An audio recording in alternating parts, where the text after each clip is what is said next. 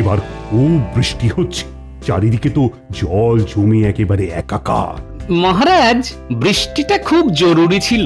যা গরম পড়েছিল, আমরা তো গরমের জ্বালায় হাঁসফাঁস করছি। তা মন্ত্রী, তুমি কিছু বলছো না যে? কি হলো? সবই তাঁর ইচ্ছে মহারাজ। তিনি রাখলে রাখবেন, তিনি চলে যেতে বললে চলে যেতে হবে। বাবা, তুমি তো দেখছি দার্শনিক হয়ে উঠলে গো। তা বৃষ্টি কি তোমার মন ভিজিয়ে দিয়েছে নাকি? সবই তিনি করছেন, আমি কে? এইবার পেয়েছি, একটা মোক্ষম ওষুধ দেব। মন্ত্রী মশাই, আপনি বাড়ি ফিরে দেখলেন আপনার বাড়িতে আগুন লেগে গেছে, তখনই কি আপনি এরকম উদাস মুখে বলবেন সবই তার ইচ্ছে? তোমার মুখে কি একটু ভালো কথা নেই? হ্যাঁ, যেমন বিটকেল দেখতে তেমন বিটকেল মুখের ভাষা। সবই তার ইচ্ছে। তিনি আমাকে যেমন করেছেন তেমনই তো হব। যেমন তিনি আপনাকে হাঁটুর নিচে বুদ্ধি দিয়েছেন, কিন্তু কুবুদ্ধিগুলো সব মাথায় থরে থরে সাজিয়ে দিয়েছেন। গোপাল, ভালো হচ্ছে না কিন্তু। আমার বুদ্ধি নেই? তুমি কি বলতে চাইছো? না, বুদ্ধি শুদ্ধি আপনার একদম নেই। মগজ শুধু কুবুদ্ধিতে ঠাসা। সবই তার ইচ্ছে। মহারাজ, আপনি গোপালকে ভীষণ তোল্লাই দিচ্ছেন। গোপাল আমাকে বুদ্ধিহীন বলল। মহারাজ, মন্ত্রী মশাইয়ের কথা মতো সবই তো তার ইচ্ছে। তিনিই আমাকে দিয়ে বলাচ্ছেন, তাই আমি বলছি সবই তো তার ইচ্ছে। মহারাজ, আমি কিন্তু বুদ্ধি একদম নেই বলিনি। কুবুদ্ধিটা 16 আনার জায়গায় 18 আনা আছে মহারাজ। খালি আমাকে কিভাবে জব্দ করা যায়, আমার কিভাবে ক্ষতি করা যায়, সেটাই ভাবেন রাত্রি দিন। ওই সবই তিনিই করান, তার ইচ্ছেতেই সব ঘটে। উনি তো নিমিত্ত মাত্র মহারাজ। কি টিকুটাকে কিছুতেই জব্দ করতে পারছি না। মন্ত্রী মশাই চুপ করে যেটা ভাবছেন সেটা আন্দাজ করতে পারি। তাই নাকি? এই বিদ্যাটা আবার কবে শিখলে গোপাল?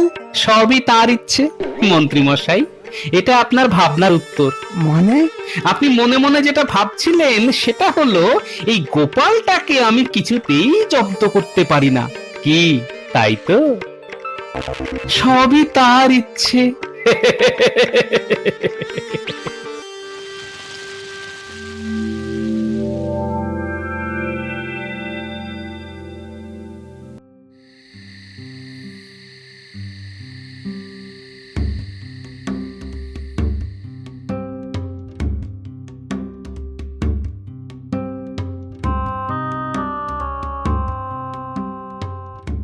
মহারাজ, আপনাকে এত চিন্তিত দেখাচ্ছে কেন?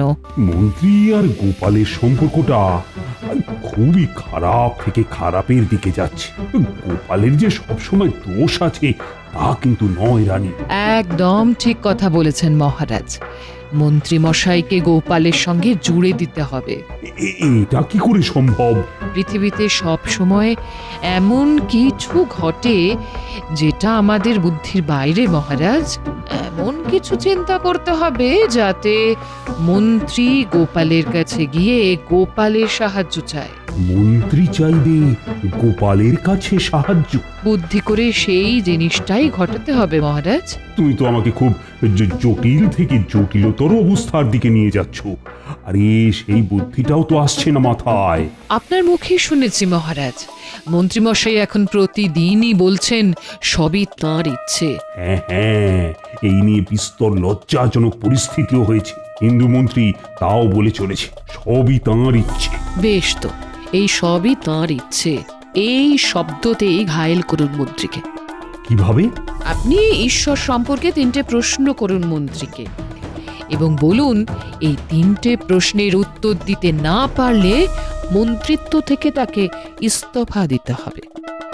দেখবেন মন্ত্রী তখন গোপালেরই শরণাপন্ন হবেন, কারণ এই প্রশ্নের উত্তর গোপাল ছাড়া কেউ দিতে পারবে না মহারাজ। তোমার এতটা বিশ্বাস রানী? গোপালের প্রতি আমার অগাধ বিশ্বাস মহারাজ। আর আপনি দেখবেন মন্ত্রী এই প্রশ্নতেই কাবু হয়ে গোপালের কাছেই যাবে। তা প্রশ্নগুলো কি রানী?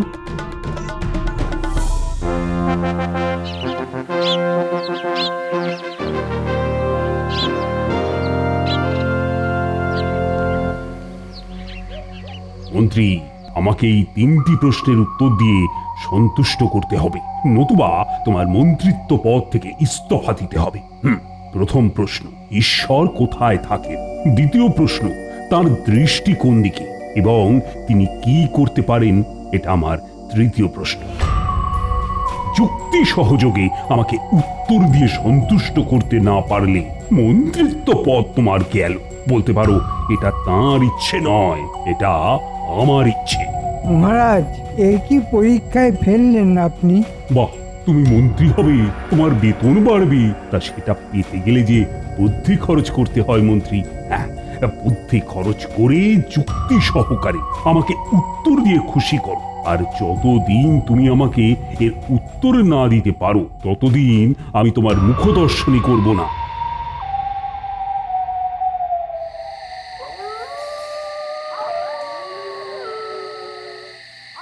কি মন্ত্রীমশাই, আপনি এখানে এইভাবে কেন? আর কেন, শুনলেন তো? প্রশ্নের উত্তরগুলো দিয়ে দিন তো, আমি মহারাজকে গিয়ে বলে আসি। হ্যাঁ, আপনার প্রশ্নগুলো যেন কি ছিল? ঈশ্বর কোথায় থাকেন, তার দৃষ্টি কোন দিকে, আর তিনি কি করতে পারেন? বুঝলেন মন্ত্রীমশাই, এই প্রশ্নগুলো খুব সাধারণ প্রশ্ন নয়। এই প্রশ্নগুলোর উত্তর আমার জানা নেই। সে কি, আমি তো আপনার ভরসাতেই ছিলাম। প্রশ্নগুলো সোজা, উত্তর আমার জানা। হ্যাঁ, তাহলে বলে ফেলো। প্রথম প্রশ্ন, ঈশ্বর কোথায় থাকেন, তাই তো? উত্তর খুব সহজ, মন্দিরে থাকেন। পণ্ডিত মশাই, তুমি পুজো করো আর তুমি জানো না? হ্যাঁ, প্রমাণ? ঈশ্বর যে মন্দিরে আছে তার প্রমাণ কোথায়? এ বাবা, এটা আবার একটা কথার কথা হলো? আরে বাবা, মূর্তিটাই তো ঈশ্বর। আর দ্বিতীয় প্রশ্ন কি, তার দৃষ্টি কোন দিকে? যে মন্দিরে তিনি দাঁড়িয়ে আছেন তার সামনের দিকে দৃষ্টি, পূর্ব মুখে মন্দির হলে পশ্চিমে তার দৃষ্টি। আর শেষ প্রশ্ন, তিনি কি করতে পারেন? এই যে তিনি মানুষ সৃষ্টি করেছেন। হ্যাঁ, তার মানে তিনি মানুষ সৃষ্টি করতে পারেন। এইগুলোর আবার প্রমাণ লাগে নাকি? যান গিয়ে বলে আসুন, যান। বাবা, খুব বাঁচিয়েছ সেনাপতি। যেটা পণ্ডিতের বলার কথা ছিল সেটা তুমিই বলে দিলে। যাই, আমি মহারাজকে চট করে উত্তরগুলো দিয়ে আসি। সেনাপতি, তোমার উত্তরগুলো ভুল। তোমার বোঝা উচিত ছিল যে মহারাজ অত সহজ প্রশ্ন করবেন না। তোমার কথা শুনে মঞ্চে বসেই ছুটলেন। কি হবে সেটা আমি দিব্য দৃষ্টিতে দেখতে পাচ্ছি। বলো কি মন্ত্রী, হ্যাঁ তুমি এর মধ্যে সমস্ত প্রশ্নের উত্তর পেয়ে গেলে? পথে হাঁটতে হাঁটতে আপনার প্রশ্নের উত্তরগুলো আমার মাথায় চলে এলো। এক এক করে বলি। বলো বলো শুনি। রানী, তুমিও শোনো। আপনার প্রথম প্রশ্ন ছিল ঈশ্বর কোথায় থাকেন। উত্তর হলো মন্দিরে। এর প্রমাণ হলো মন্দিরে গেলেই দেখতে পাবেন ঈশ্বরের মূর্তি। তাই নাকি? এবার দ্বিতীয় প্রশ্নের উত্তর। দ্বিতীয় প্রশ্ন ছিল তার দৃষ্টি কোন দিকে। উত্তর খুব সোজা, মূর্তি যেদিকে দাঁড়িয়ে আছেন তার সামনের দিকেই দৃষ্টি। আর শেষ হলো, রানীমা হাসছেন, তার মানে আমার প্রশ্নের উত্তরগুলো ঠিকই হচ্ছে। আর শেষ প্রশ্ন ছিল মহারাজ, তিনি কি করতে পারেন। উত্তর আপনাদের সামনে। আমি মানুষ, আপনি মানুষ, রানীমা মানুষ। তিনি মানুষ সৃষ্টি করেন। এই, তুমি কি আমার সঙ্গে ছেলে খেলা করতে এসেছো মন্ত্রী? আমি এই উত্তর শুনবো না বলে তোমাকে প্রশ্ন করেছিলাম। শেষবারের মতো বলে দিচ্ছি, সঠিক উত্তর আমাকে 4 দিনের মধ্যে দেবে। তোমাকে আর একটা সুযোগ দিলাম। যাও যাও, এখন ঘরে গিয়ে ভালো করে চিন্তা করে উত্তরগুলো কি হবে সেটা ভাবো। হ্যাঁ, উত্তরগুলো যতটা সহজ ভাবছো ততটা সহজ কিন্তু নয়। যাও যাও যাও, ঘরে যাও।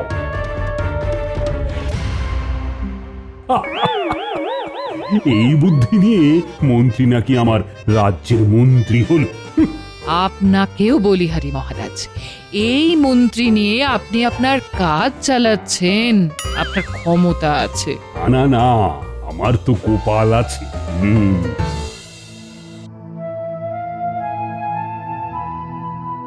কি গো এরকম ভাবে চুপ করে বসে আছো, কি ভাবছো? মহারাজ, আমার মন্ত্রিত্বের পরীক্ষা নিচ্ছে গিন্নি। আমাকে 3টে প্রশ্ন দিয়েছে, তার উত্তর 4 দিনের মধ্যে দিতে হবে। কি বলো কি? মহারাজ মন্ত্রী মশাইয়ের পরীক্ষা নিচ্ছেন? এতদিনে একটা কাজের কাজ করছেন গো। বলি পরীক্ষাতে একেবারে অকৃতকার্য হবেন সেটা আগে থেকেই বলে দিলাম। হ্যাঁ, প্রশ্নগুলো তো শুনলে তুমি, উত্তরগুলো সব জানা আমার, কিন্তু একটা কথা আমাকে খুব খোঁচা দিচ্ছে। কোন কথা গো? মহারাজ হঠাৎ করে এই প্রশ্নগুলো কেন করলেন? আমার মন যদি ঠিক কথা বলে তাহলে মন্ত্রী মশাইকে আমার কাছে আসতেই হবে, এবং এটাই মহারাজের ইচ্ছে। কি বলছো গো? মন্ত্রী মশাই তোমার কাছে আসবেন? প্রয়োজন পড়লে সবকিছুই সম্ভব গিন্নি।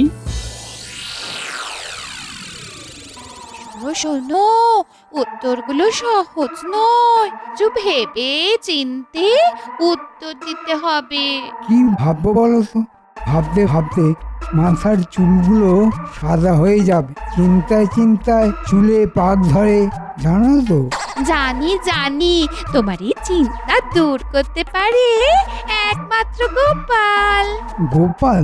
ওই কেকোটা? তুমি কি বলতে চাইছো বলো তো গিন্নি?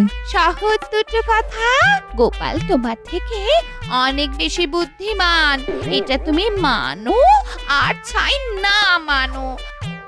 গোপালের সঙ্গে সন্ধে করো, বুঝেছো? তোমার ভালোই হবে। যে প্রশ্নের উত্তর দিতে পারলো না সে প্রশ্নের উত্তর গোপাল দেবে? একবার মুখ ফুটে গোপালের কাছে যাও না, দেখো না গোপাল কি করে। শেষে আমাকে গোপালের কাছে যেতে হবে? ঠিক আছে, কাল সকালে না হয় গোপালের বাড়ি থেকে একবার ঘুরেই আসবো।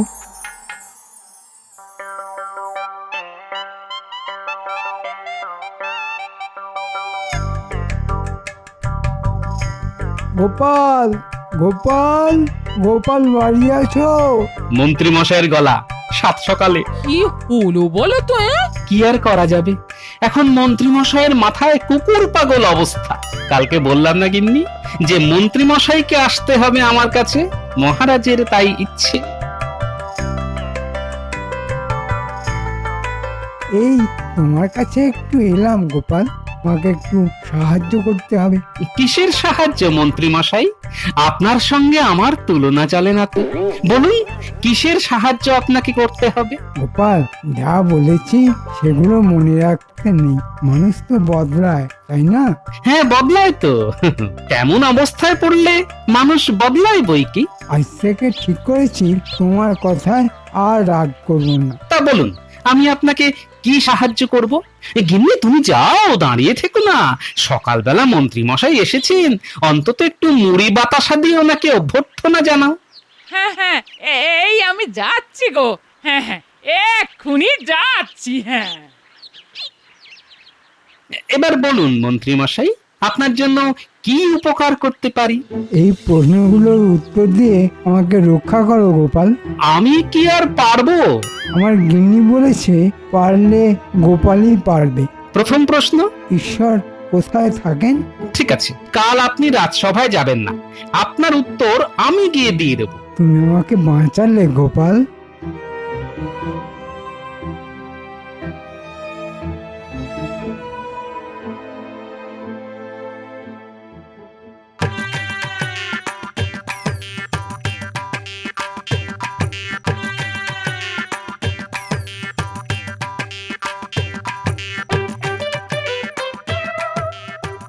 মহারাজের জয় হোক।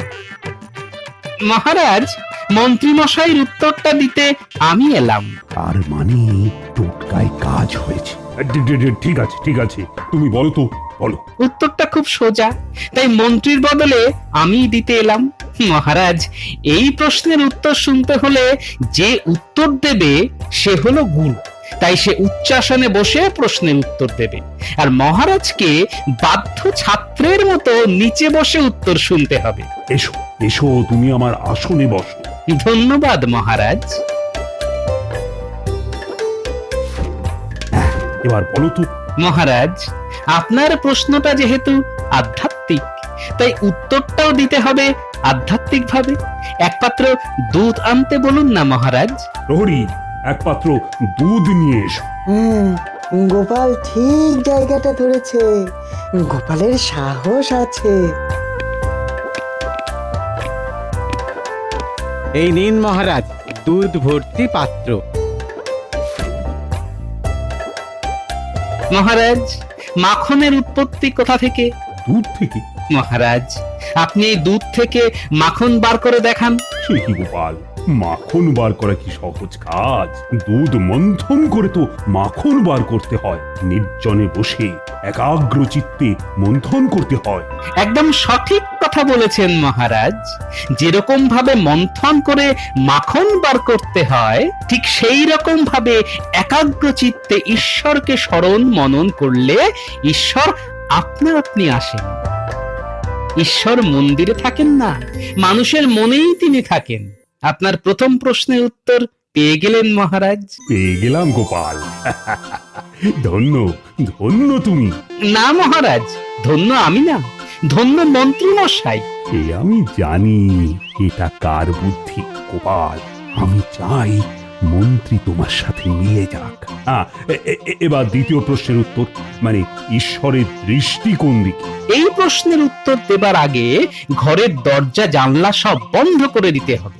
ঘর অন্ধকার না হলে এই প্রশ্নের উত্তর তো দিতে পারবো না মহারাজ। প্রহরী, ঘরের দরজা জানলা সব বন্ধ করে দাও।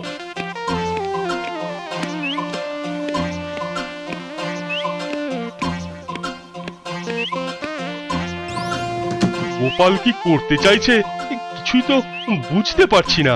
গোপালকে যা ভাবতাম সেটা কি ভুল ভাবতাম? অবশ্যই এই গোপাল মূর্খ নয়।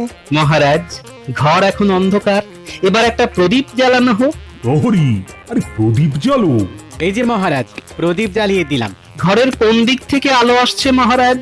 ঘরের সব দিক থেকে আলো সমানভাবে পড়ছে। ঠিক তেমনি ঈশ্বরের দৃষ্টি সমানভাবে পড়ে। সাধু সাধু, কি সুন্দরভাবে প্রমাণ সহ গোপাল বুঝিয়ে দিল মহারাজ। এসব মন্ত্রী মশাইয়ের জবাব, আমি তো নিমিত্ত মাত্র। আবার বিনয়। মন্ত্রীর যে কতটুকু ক্ষমতা সে তো আমার জানা আছে। এবার তৃতীয় প্রশ্নের উত্তর। তৃতীয় প্রশ্নের উত্তর দেওয়ার আগে মন্ত্রী মশাইকে এখানে আসতে বলতে হবে মহারাজ।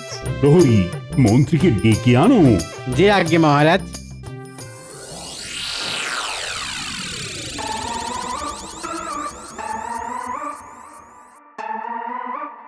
কি গো, তুমি এত ছটফট করছো কেন? কি জানি গোপাল কি করছে সেখানে, কিছুই বুঝতে পারছি না। যা হবে ভালোর জন্যই হবে, তুমি চিন্তা করো না। আমার চাকরিটা থাকলেই হয়। মন্ত্রী মশাই বাড়িতে আছেন? মন্ত্রী মশাই, মহারাজের জরুরি তলব আছে। আচ্ছা প্রহরী, তুমি কি বলতে পারো চাকরিটা আমার আছে না গেছে? ওহো, তুমি বড় ভুল ভাল কথা বলো। আগে দেখোই না মহারাজ কেন ডাকছেন। ঠিক আছে, যাচ্ছি। কি খবর নিয়ে আসবো জানি না। চলো প্রহরী। কি জানি এই আমার শেষ রাজসভায় যাওয়া কিনা। গিন্নি, ঠাকুরের নাম করো। জয় ঠাকুর, জয় ঠাকুর, জয় জয় ঠাকুর, জয় জয় ঠাকুর।